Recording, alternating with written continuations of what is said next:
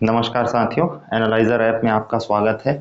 तो छत्तीसगढ़ के भूगोल के अंतर्गत वीडियो लेक्चर में हम आगे बढ़ रहे हैं और इससे पहले जो हमने वीडियो किया हुआ है उसके अंतर्गत हम वन संसाधन से संबंधित प्रमुख बातों पर हमने चर्चा किया हुआ है, जिसमें प्रमुख रूप से हमने वन संसाधन पर चर्चा की है और छत्तीसगढ़ में जो कुल अभिलेखित वन है उसके आधार पर हमने वनों का वर्गीकरण देखा है कि प्रशासनिक आधार पर, जलवायु के आधार पर और वनों में पाए जाने वाले वृक्षों की बहुलता के आधार पर हमने वनों का वर्गीकरण किया हुआ है।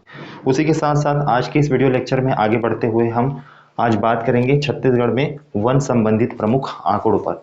इससे पहले वन संबंधित हमने वन संपदा पे एक वीडियो किया हुआ है और साथ ही साथ हमने वन प्रशासन से संबंधित बातों पर भी हमने चर्चा की हुई है। तो आज का ये जो वीडियो लेक्चर है वो छत्तीसगढ़ में वन संबंधित प्रमुख आंकड़ों पर निर्धारित है, जो कि काफ़ी सारे एग्जाम्स में, जैसे कि पीएससी के खासकर जो एग्ज़ाम होते हैं उन एग्ज़ाम्स में पूछे जाते हैं और दो चार क्वेश्चंस हम आपके लिए लेकर आए हैं आज के इस वीडियो में, ताकि आपको समझ में आ जाए कि कैसे आपको पढ़ाई करनी है और किस तरीके से ये आंकड़ों से संबंधित प्रश्नों को हल करना है।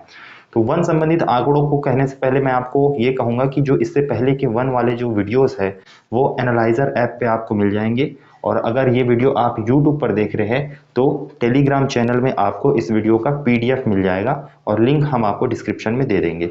और शेष जो वीडियो है जो कि छत्तीसगढ़ विषय से संबंधित है और उसके साथ साथ वन संबंधित जो प्रमुख वीडियो है उनको देखने के लिए आप एनालाइजर ऐप से जुड़ सकते हैं।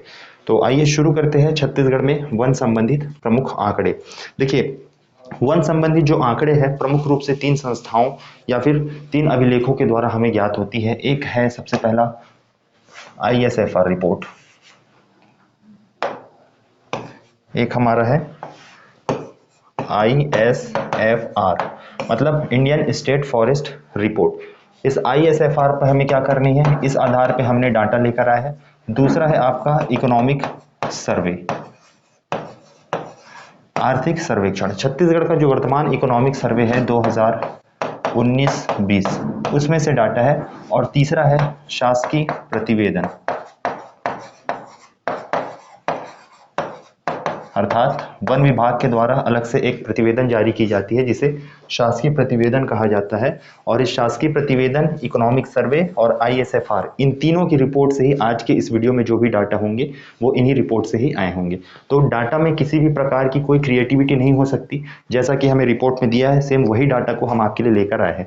ये वीडियो आपके लिए आसानी हो जाएगी थोड़ा सा कि किन किन डाटाओं को आपको पढ़ना है, किन डाटाओं को छोड़ना है। तो आइए शुरू करते हैं, आगे बढ़ते हैं इस वीडियो में और देखते हैं छत्तीसगढ़ में प्रमुख वन संबंधित आंकड़े। तो सबसे पहले हम देखते हैं इंडियन स्टेट फॉरेस्ट रिपोर्ट कि क्या होता है ISFR, कौन जारी करता है और इसकी स्थापना कब हुई थी। तो अगर हम बात करें ISFR के बारे में तो वर्तमान में जो रिपोर्ट है वो ISFR 2019 के द्वारा 19 का रिपोर्ट है, यानी कि प्रति 2 वर्षों में यह रिपोर्ट जारी की जाती है।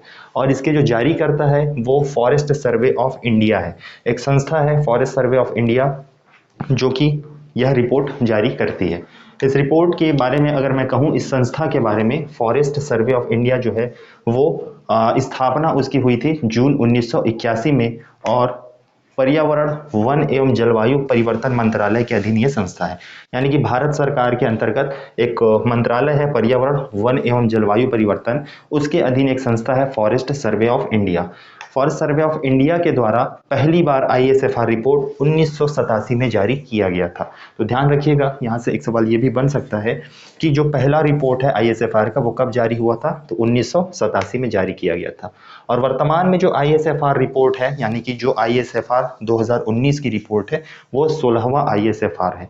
अगर आप 1987 से काउंट करेंगे तो ये नियम से 17वां होना चाहिए, लेकिन 2007 में यह रिपोर्ट जारी नहीं की गई थी, इस वजह से यह 16वां क्रम का रिपोर्ट है। तो आप अच्छे से ध्यान दीजिएगा और ध्यान रख के इस वीडियो को देखिएगा। आइए देखते हैं ISFR में जो रिपोर्ट जारी की जाती है वो किन आधार पर जारी की जाती है, उस पर चर्चा करते हैं। तो ISFR की रिपोर्ट तीन चीज़ों को लेकर जारी की जाती है। पहला है वनावरण, जिसे फॉरेस्ट कवर कहते हैं।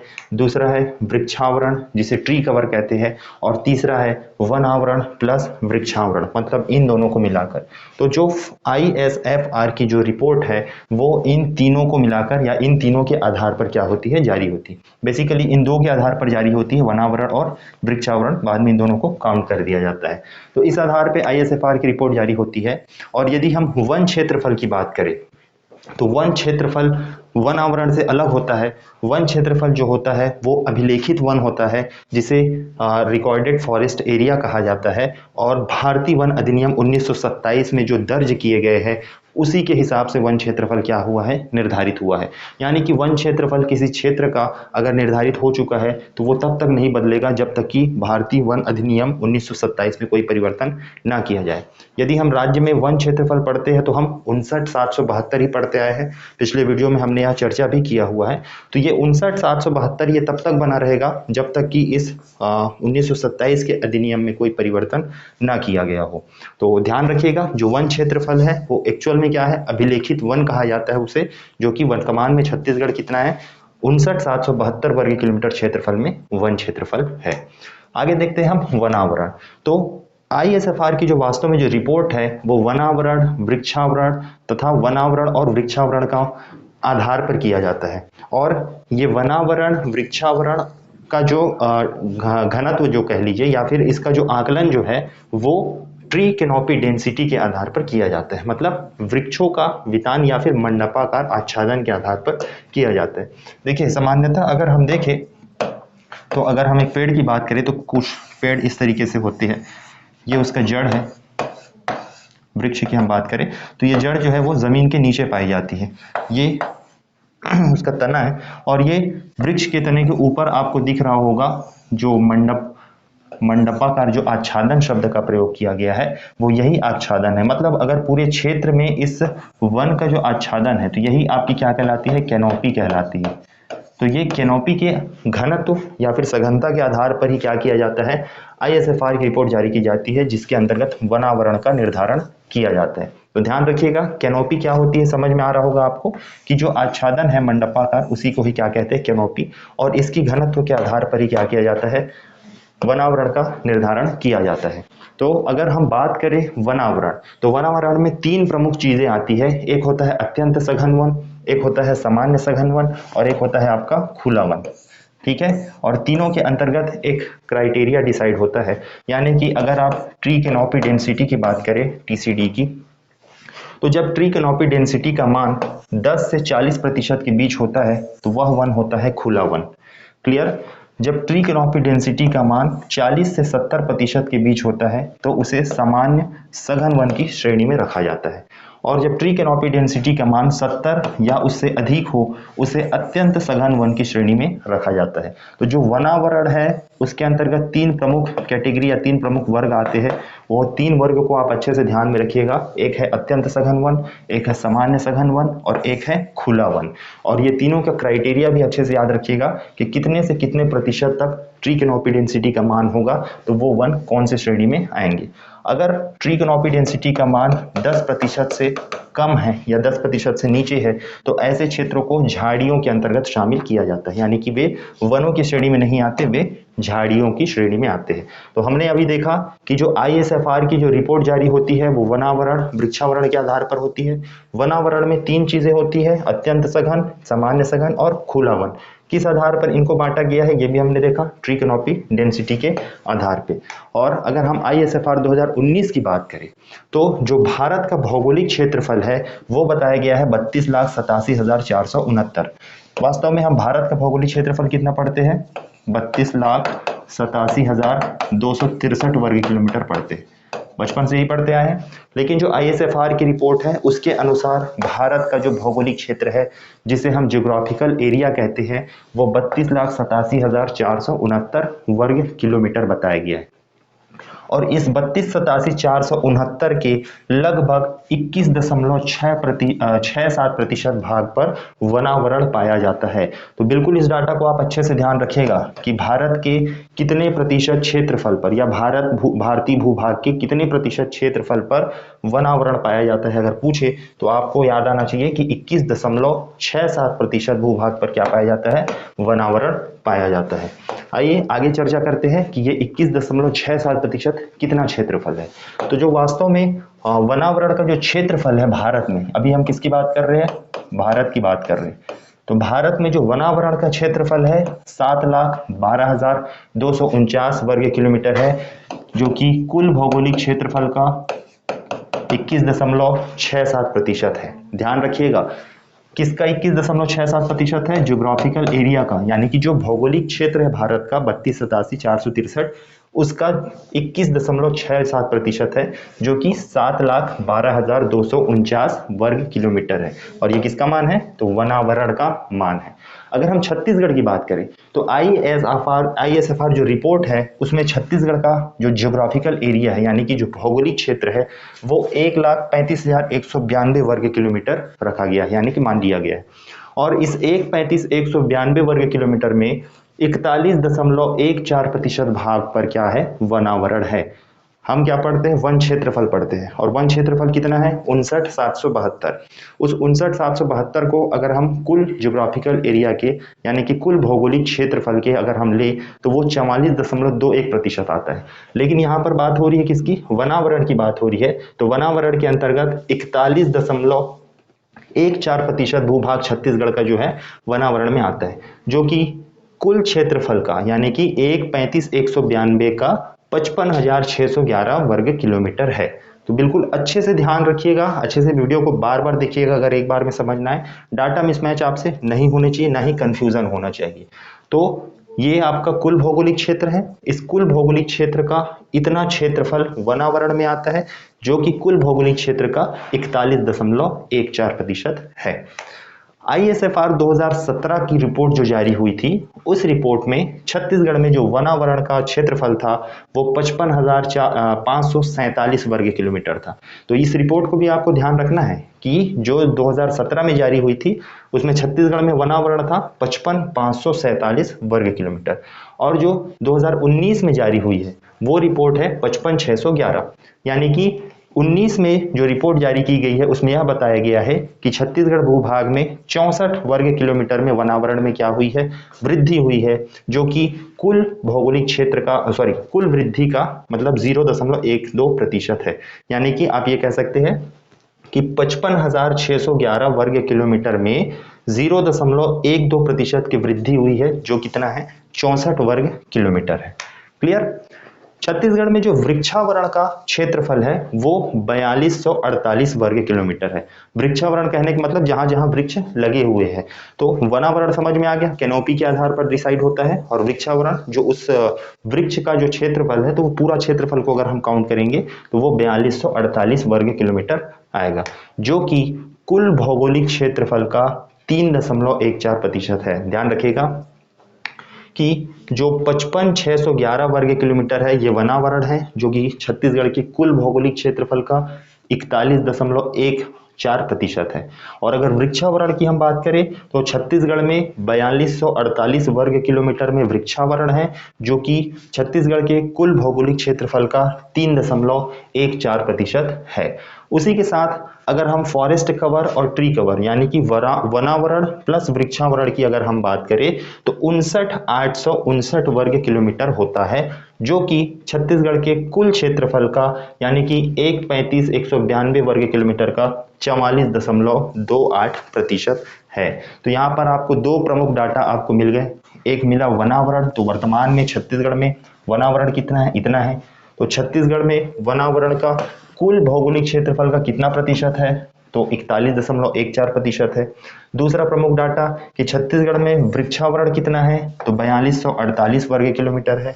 तो वृक्षावरण छत्तीसगढ़ के कुल भौगोलिक क्षेत्रफल के कितने प्रतिशत में है? तो 3.14% में है। और यदि आपसे वनावरण प्लस वृक्षावरण पूछा तो आप बताएंगे कि 59,859 वर्ग किलोमीटर में है, जो कि छत्तीसगढ़ के कुल भौगोलिक क्षेत्रफल, यानी कि 1,35,192 का 44.28% क्षेत्रफल में विस्तारित है।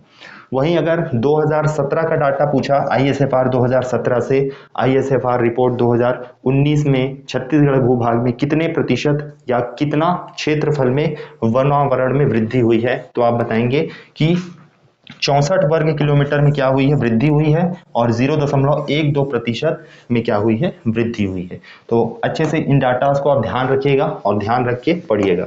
आगे बढ़ते हैं और देखते हैं हम ISFR 2019 के अनुसार जो छत्तीसगढ़ में वनावरण का जो क्षेत्रफल है वो 55,611 वर्ग किलोमीटर है। और इसमें जो राज्य में अत्यंत सघन वन है वो 7068 वर्ग किलोमीटर है, जो कि कुल भौगोलिक क्षेत्रफल का यानी 135,192 का 5.23% है। क्लियर। उसके अलावा जो सामान्य सघन वन है, तो यहाँ पर मैं फिर से एक बार आपको याद दिलाना चाहूंगा, जब भी वनावरण का आकलन किया जाता है तो 3 प्रकार के वन आते हैं। एक आता है अत्यंत सघन वन, एक आता है सामान्य सघन वन और एक आता है खुला वन। खुला वन जो होता है वो 10% से 40% तक होता है, ये 40 से 70% तक होता है और ये 70 से ऊपर होता है। क्लियर। थोड़ी देर पहले हमने देखा था। तो राज्य में अगर हम सघन वन की बात करें, अत्यंत सघन वन की बात करें, तो छत्तीसगढ़ राज्य में अत्यंत सघन वन 7068 वर्ग किलोमीटर क्षेत्रफल में फैला है, जो कि कुल भौगोलिक क्षेत्र का यानी कि 135,192 का 5.23% है। वहीं अगर हम सामान्य सघन वन की बात करें तो 32,198 वर्ग किलोमीटर में सामान्य सघन वन विस्तारित है, जो कि कुल भौगोलिक क्षेत्र का 23.82% है। याद रखिएगा, हम कुल भौगोलिक क्षेत्र की बात कर रहे हैं, ना कि कुल वन क्षेत्र की बात कर रहे हैं। ठीक है, कुल भौगोलिक मतलब 135,192। आगे बढ़ते हैं और देखते हैं कि राज्य में जो खुला वन है वो लगभग 16,345 वर्ग किलोमीटर क्षेत्रफल में फैला है, जो कि कुल ज्योग्राफिकल एरिया का, कुल भौगोलिक क्षेत्र का 12.09% है। क्लियर। तो ये डाटा आपको अच्छे से याद रखना है कि अत्यंत सघन वन कितने हैं, सामान्य सघन वन कितने हैं और साथ साथ खुला वन कितना है छत्तीसगढ़ राज्य में। अभी हाल ही में कुछ दिनों बाद हो सकता है, अगर डेट आ जाए तो फॉरेस्ट सर्विस एग्जाम होने वाले हैं, तो उनमें आपको ये डाटा काफ़ी महत्वपूर्ण उपयोगी होंगे। उसके साथ साथ जो राज्य सेवा की जो परीक्षाएं होती है, विभिन्न अवसर पर आयोजित की जाती है, उन परीक्षाओं में भी इन डाटा का महत्वपूर्ण योगदान रहेगा। वन क्षेत्रफल या अभिलेखित वन। देखिए, अभी तक हम बात कर रहे थे ISFR की रिपोर्ट की, अब हम बात करेंगे वन क्षेत्रफल या अभिलेखित वन की। तो वन क्षेत्रफल या अभिलेखित वन वह वन होता है या वह रिकॉर्ड होता है जो कि भारतीय वन अधिनियम 1927 के तहत दर्ज किए जाते हैं। तो उस आधार पर हमारे छत्तीसगढ़ का जो ज्योग्राफिकल एरिया है, जो कि हमारे इकोनॉमिक सर्वे 2019-20 के अनुसार बताया गया है, 1,35,191 वर्ग किलोमीटर। और इस 1,35,191 वर्ग किलोमीटर के अंतर्गत जो रिकॉर्डेड फॉरेस्ट एरिया है या अभिलेखित वन है या वन क्षेत्रफल है वो 59,772 वर्ग किलोमीटर है, जो कि कुल भौगोलिक क्षेत्रफल का 44.21% है। सामान्यतः ये डाटा सबको याद भी होंगे। और छत्तीसगढ़ का जो वन क्षेत्र में स्थान है वो चौथा स्थान है। देखिए, इस प्रश्न पर पिछले साल PSC में विवाद भी हुआ था और विवाद के चलते आंसर तो परिवर्तित मेरे ख्याल से नहीं किया गया, लेकिन अगर आप छत्तीसगढ़ इकोनॉमिक सर्वे को अगर आप चैप्टर 8 नंबर उठाएंगे तो उस 8वें चैप्टर में लिखा गया है कि जो छत्तीसगढ़ में वन क्षेत्रफल की जो दृष्टि है, तो वन क्षेत्रफल की दृष्टि से देश में चौथे स्थान पर है। चौथे स्थान पे मतलब पहले स्थान पे आपका मध्य प्रदेश, दूसरे स्थान पे आपका अरुणाचल प्रदेश, तीसरे स्थान पे आपका उड़ीसा और चौथे स्थान पे आपका छत्तीसगढ़। तो ध्यान रखिएगा, वन क्षेत्रफल या अभिलेखित वन के आधार पर छत्तीसगढ़ का देश में चौथा स्थान है, जबकि वनावरण की दृष्टि से छत्तीसगढ़ का देश में तीसरा स्थान है। तो अच्छे से ध्यान रखिएगा, बिल्कुल ऑथेंटिक सोर्स से लेकर आए हैं आपके लिए छत्तीसगढ़ इकोनॉमिक सर्वे के द्वारा, कि वन क्षेत्रफल में चौथा स्थान और वन आवरण में तीसरा स्थान है राज्य का। क्लियर। आगे देखते हैं वन क्षेत्रफल का वर्गीकरण। तो छत्तीसगढ़ में जो वन क्षेत्र का वर्गीकरण है वो बेसिकली 3 प्रकार से होता है। पहला जो वर्गीकरण होता है वो प्राकृतिक या जलवायु के आधार पर, दूसरा जो वर्गीकरण होता है वो वैधानिक या प्रशासनिक आधार पर, और तीसरा जो वर्गीकरण होता है वो वनों में पाए जाने वाले वृक्षों की बहुलता के आधार पर। ये 3 प्रकार से हमने जो अभिलेखित वन है यानी कि वन क्षेत्रफल है उसका हमने वर्गीकरण किया हुआ है। प्राकृतिक या जलवायु के आधार पर अगर आप देखें तो हमारे राज्य में प्रमुख रूप से उष्णकटिबंधीय पर्णपाती वन पाए जाते हैं, और उष्णकटिबंधीय पर्णपाती वन में 2 प्रकार के वन पाए जाते हैं, एक उष्णकटिबंधीय शुष्क पर्णपाती वन और दूसरा उष्णकटिबंधीय आर्द्र पर्णपाती वन। तो क्या होता है शुष्क और क्या होता है आर्द्र, इन पर हमने विस्तार से चर्चा किया हुआ है पिछले वीडियो में। तो अगर आपको वो वीडियो चाहिए तो आप एनालाइजर ऐप से जुड़ सकते हैं और वहां से आपको वीडियो प्राप्त हो जाएंगी। दूसरा जो वर्गीकरण है वो होता है वैधानिक या प्रशासनिक आधार पर। तो वैधानिक या प्रशासनिक आधार पर हमने कुल वन क्षेत्र को 3 भागों में बांटा है, जिसमें एक होता है आरक्षित वन, एक होता है संरक्षित वन और एक होता है अवर्गीकृत वन। ये 3 प्रकार के वन होते हैं वैधानिक या प्रशासनिक आधार पे।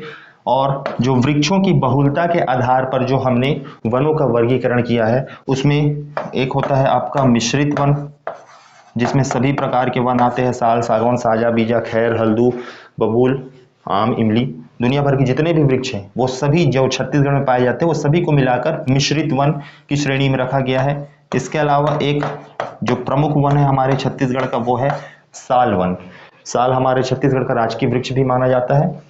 तीसरा इसके अंतर्गत रखा गया है सागौन वन और चौथा जो श्रेणी है उसके अंतर्गत रखा गया है कार्य अयोग्य, मतलब जो एक तरीके से सर्वेक्षित नहीं है समझ लो, या कार्य के लायक नहीं है। तो इस तरीके से हम क्या करते हैं, राज्य के वन क्षेत्रफल का हमने वर्गीकरण किया हुआ है, एक प्राकृतिक या जलवायु के आधार पर, एक वैधानिक या प्रशासनिक आधार पर और एक हमने किया है वृक्षों की बहुलता के आधार पर। तो आइए देखते हैं इन वर्गीकरण का क्या विशेष प्रभाव और क्या इनके प्रमुख डाटा है। तो अगर हम जलवायु के आधार पर बात करें तो हमारे यहाँ छत्तीसगढ़ में 2 प्रमुख वन पाए जाते हैं, एक उष्णकटिबंधीय शुष्क पर्णपाती वन और एक उष्णकटिबंधीय आर्द्र पर्णपाती वन। तो जो उष्णकटिबंधीय शुष्क पर्णपाती वन है वो राज्य के लगभग 51.65% क्षेत्रफल पर विस्तारित है, यानी कि पाए जाते हैं। और जो उष्णकटिबंधीय आर्द्र पर्णपाती वन है वो राज्य के लगभग 47.69% भूभाग पर पाए जाते हैं। ठीक है, नेक्स्ट अगर हम देखें वैधानिक या प्रशासनिक आधार पर तो जो हमारे राज्य का आरक्षित वन है वो लगभग 25,782 वर्ग किलोमीटर क्षेत्रफल में फैला हुआ है। और आरक्षित वन की यदि हम बात करें तो राज्य के कुल वन क्षेत्रफल का ध्यान रखिएगा 59,772 वर्ग किलोमीटर का, यानी कि इस 59,772 वर्ग किलोमीटर का इतना भाग शुष्क पर्णपाती वन है और इतना भाग आर्द्र पर्णपाती वन है, न कि 135, 192 या 191 का। अगर हम आरक्षित वन की बात कर रहे हैं तो 59,772 में से 25,782 वर्ग किलोमीटर जो है वो आरक्षित वनों की श्रेणी में आती है, जो कि कुल वन क्षेत्रफल का लगभग 43.13% भूभाग पर फैला हुआ है। तो बिल्कुल ध्यान से आपको इसको पढ़ना है ताकि कोई भी क्वेश्चन आपसे गलत ना हो और अच्छे से याद रहे। अगर हम आरक्षित वनों में बात करें तो आरक्षित वनों में सबसे अधिक आरक्षित वन किस जिले में पाए जाते हैं, तो सबसे अधिक पाया जाता है दंतेवाड़ा में। ध्यान रखिएगा, सबसे अधिक आरक्षित वन दंतेवाड़ा जिले में पाए जाते हैं और सबसे कम आरक्षित वन कोरबा जिले में पाए जाते हैं। तो ये सब फिर से आपके लिए रिवीजन ही है, समझ लीजिए, क्योंकि इससे पहले वीडियो में हमने इन पर चर्चा कर लिया है, लेकिन फिर भी एक बार आपको अच्छे से क्लियर हो जाए। तो आरक्षित वन कुल वन क्षेत्रफल का 43.13% भाग पर है और सबसे ज्यादा आरक्षित वन दंतेवाड़ा में और सबसे कम आरक्षित वन कोरबा जिले में पाई जाती है। उसके अलावा अगर हम संरक्षित वन की बात करें तो राज्य के लगभग कुल वनों का 24,036 वर्ग किलोमीटर क्षेत्रफल में संरक्षित वन पाए जाते हैं। तो संरक्षित वनों का अगर कुल वनों में प्रतिशत हम देखें तो लगभग 40.56% जो है वो संरक्षित वनों की श्रेणी में आते हैं। मैं बात कर रहा हूं बार बार कुल वन क्षेत्र का, यानी कि जो अभिलेखित वन है उसका, ना कि 135, 192 का। अगर संरक्षित वनों की आप बात करें तो सर्वाधिक संरक्षित वन जो है वो सरगुजा जिले में पाए जाते हैं और सबसे कम संरक्षित वन जो है वो जांजगीर चांपा जिले में पाए जाते हैं। क्लियर। अवर्गीकृत वन की अगर हम बात करें जिन्हें किसी भी श्रेणी में वर्गीकरण नहीं किया गया है, उनका क्षेत्रफल लगभग 9954 वर्ग किलोमीटर है, यानी कि 9,954 वर्ग किलोमीटर, जो कि कुल वन क्षेत्रफल यानी कि 59,772 का 16.65% पर पाए जाते हैं। मतलब राज्य में जितने भी क्षेत्रफल में वन हैं उन वनों के 16.65% भूभाग पर या वनी भूभाग पर अवर्गीकृत वन पाए जाते हैं। अगर अवर्गीकृत वनों की बात करें तो सबसे ज्यादा अवर्गीकृत वन जो है वो दंतेवाड़ा जिले में पाए जाते हैं। कहाँ पाए जाते हैं? दंतेवाड़ा में।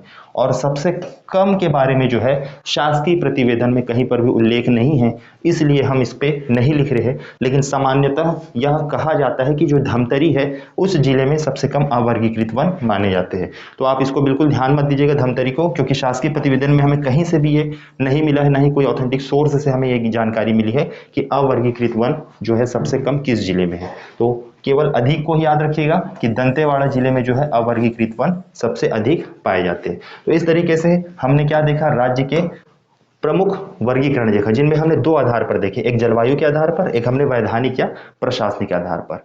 हम बात करते हैं तीसरा, वृक्षों में पाए जाने वाले बहुलता के आधार पर, यानी कि वनों में पाए जाने वाले वृक्षों की बहुलता के आधार पर। तो इसमें सबसे पहला जो वन आता है वो है मिश्रित वन, जो कि 26,018 वर्ग किलोमीटर क्षेत्रफल में फैला है। किसका? तो 59,772 का। ध्यान रखिएगा, हम अभिलेखित वन पढ़ रहे हैं, ना कि हम ISFR पढ़ रहे हैं। अभिलेखित वन में जो 59,772 है उसका 26,018 वर्ग किलोमीटर भाग पर मिश्रित वन पाए जाते हैं, जो कि कुल वनों का 43.52% हिस्सा है। उसके अलावा दूसरा जो प्रमुख वन है वो है साल वन, जो कि राज्य के 24,245 वर्ग किलोमीटर क्षेत्रफल में पाए जाते हैं, जो कि कुल वन यानी कि 59,772 वर्ग किलोमीटर का 40.56% है। वहीं अगर हम बात करें सागौन वन की, तो राज्य में सागौन वन जो है 5633 वर्ग किलोमीटर क्षेत्रफल में पाए जाते हैं, जो कि कुल वन यानी कि 59,772 के 9.42% के हिस्से में है। और आखिर में देखें तो कार्य अयोग्य वन है, जो कि 3876 वर्ग किलोमीटर क्षेत्रफल में पाए जाते हैं, जो कि कुल वनों का 6.5% हिस्सा है। तो बिल्कुल अच्छे से ध्यान रखिएगा इन सारे डाटास को, और इन डाटा का PDF आपको मिल जाएगा। आगे हम बात करते हैं वानिकी क्षेत्र का सकल राज्य घरेलू उत्पाद में योगदान। तो क्वेश्चन इसी में से संबंधित दो क्वेश्चन मैं आपके लिए लेकर आया हूं। उन दो क्वेश्चन पे आपको अच्छे से ध्यान देना है कि कैसे सवाल बनेंगे। पहले आइए चर्चा करते हैं क्वेश्चंस पे। तो ये आपका हो गया क्वेश्चन। अब क्वेश्चन पहला जो है उस पर आप ध्यान दीजिए, उसके बाद हम आएंगे पिछले टेबल पे। प्रश्न पूछा गया है कि वर्ष 2019-20 में छत्तीसगढ़ राज्य के सकल घरेलू उत्पाद में वानिकी क्षेत्र की भागीदारी या योगदान का प्रतिशत क्या है। यहाँ पे ध्यान रखिए क्या पूछा है? प्रतिशत। उसके अलावा दूसरा जो प्रश्न है वो पूछा है कि वर्ष 2014-15 से 18-19 के मध्य वानिकी क्षेत्र का सकल राज्य घरेलू उत्पाद में योगदान का सर्वाधिक प्रतिशत किस वर्ष रहा है। तो इसमें भी प्रतिशत ही पूछा है, लेकिन सवाल थोड़ा सा घुमा दिया, वो पूछा है किस वर्ष रहा है। तो इसको सॉल्व करने से पहले इसके पहले का टेबल देखते हैं। तो आइए समझते हैं हम कि क्या होता है वानिकी का प्रतिशत, क्या होता है योगदान और क्या होता है हिस्सेदारी। देखिए एक शब्द आती है GSDP, gross state domestic product, यानी सकल राज्य घरेलू उत्पाद। तो सामान्यतः जो GDP होती है वो देश स्तर पे होती है, और राज्यों की GDP को GSDP कहा जाता है। तो अगर मान के चलिए हमारे राज्य छत्तीसगढ़ के GSDP या सकल राज्य घरेलू उत्पाद जो है वो कितना है? X लाख रुपए। मान लो कितना है? X लाख रुपए। इस X लाख रुपए में जो वानिकी क्षेत्र से जो भी आवक हुई है या जो भी गया है, उससे जो हिस्सा है, योगदान है, वो कितना है? 4,28,448 लाख रुपए। किस वर्ष? 2013-14 में। ध्यान रखिएगा ये जो डाटा है वो लाख रुपए में दिया गया है और प्रति वर्ष के हिसाब से दिया गया है, और ये आर्थिक सर्वेक्षण 2019-20 का डेटा है, जो कि काफी ऑथेंटिक है। तो ध्यान रखिएगा यहाँ पे कैसे सवाल बनते हैं, कैसे आपको याद रखना है टेबल को। तो यहाँ पर योगदान दिया हुआ है, यानी कि जो वानिकी क्षेत्र का जो भी योगदान होगा छत्तीसगढ़ राज्य की GDP में, उसका जो रुपए में योगदान है वो है 4,28,448। वहीं 2014-15 की आप बात करें तो 5,36,211 लाख रुपए जो है GSDP में योगदान है वानिकी क्षेत्र का। 15-16 की आप बात करेंगे तो 5,39,459 लाख रुपए योगदान है। 16-17 की आप बात करेंगे तो 6,58,802 लाख रुपए योगदान है। 17-18 की यदि आप बात करें तो 6,69,349 लाख रुपए योगदान है। और 18-19 की यदि आप बात करें तो 6,64,873 लाख रुपए क्या है, योगदान है। वहीं 19-20 की अगर आप बात करें तो 6,70,109 लाख रुपए जो है योगदान है। तो ये सब डिजिट है और ये टेबल अगर दिया है तो भाई काम के लिए ही दिया होगा, तो इन सब डाटास को आपको क्या करना है, याद रखना है। सामान्यतः जो क्वेश्चन पूछते हैं, जो क्वेश्चन बनते हैं वो वृद्धि प्रतिशत से बनते हैं और योगदान प्रतिशत से बनते हैं, लेकिन मैं ये नहीं कह सकता कि योगदान लाख रुपए से क्वेश्चन ना बने। तो बिल्कुल आपको हर एक चीज को ध्यान में रखकर पढ़ाई करनी है ताकि कोई भी क्वेश्चन आए तो आपसे बिल्कुल सही सही उसका उत्तर लगे। तो आइए देखते हैं वृद्धि प्रतिशत क्या होता है और योगदान प्रतिशत क्या होता है। तो वृद्धि प्रतिशत कहने का मतलब ये है, अगर हम वर्ष 2013-14 की बात कर रहे हैं तो जो पिछला जो वर्ष है 2012-13 उसमें जीएसडीपी में जो वानिकी क्षेत्र का योगदान है उसकी अपेक्षा अगले वर्ष में कितना वृद्धि हुआ है, तो वो वृद्धि हमें नजर आ रही है कितना, -4.63। यानी कि यहां से हम ये अंदाजा लगा सकते हैं कि जो 2013-14 के पहले जो भी योगदान रहा होगा उससे कम योगदान रहा है 13-14 में, इसलिए माइनस में गया है वृद्धि प्रतिशत। यदि हम 14-15 के वृद्धि प्रतिशत की हम बात करें कि कितना वृद्धि हुआ है योगदान में, तो वो है 25.15%। वहीं अगर हम 2015-16 की वृद्धि प्रतिशत की बात करें तो 0.61% जो है वृद्धि हुई है। तो आप अंदाजा लगा सकते हैं यहाँ पे कि देखिए 536,211 है, वहीं अगले साल कितना बढ़ा है, 539,469 बढ़ा है। तो ये जो वृद्धि का प्रतिशत है वो कितना है, 0.61।